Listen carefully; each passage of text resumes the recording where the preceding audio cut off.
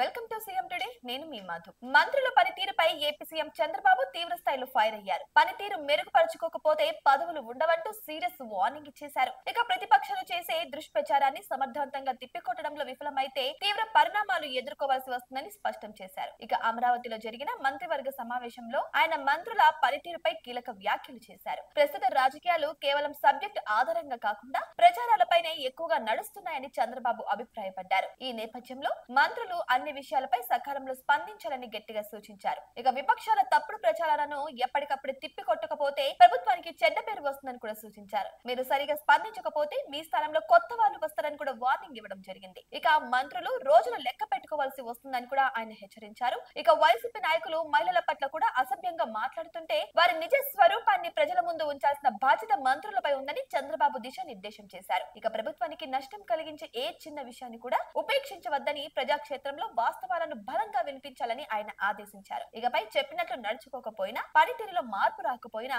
ఇదే last and final warning అంటూ warning ఇచ్చేశారు నారా చంద్రబాబు నాయుడు. ఇప్పుడు మరి చూద్దాం, ఈ వార్నింగ్ తర్వాతైనా మంత్రుల ప్రవర్తన సక్రమంగా ఉంటుందా, మరి ఈ వార్నింగ్ ఎక్కడి వరకు దారి తీస్తుంది అనేది కూడా మనం అందరం వెయిట్ చేసి చూద్దాం. ఇటువంటి మరిన్ని అప్డేట్స్ కోసం మా ఛానల్ ని సబ్స్క్రైబ్ చేసుకోండి.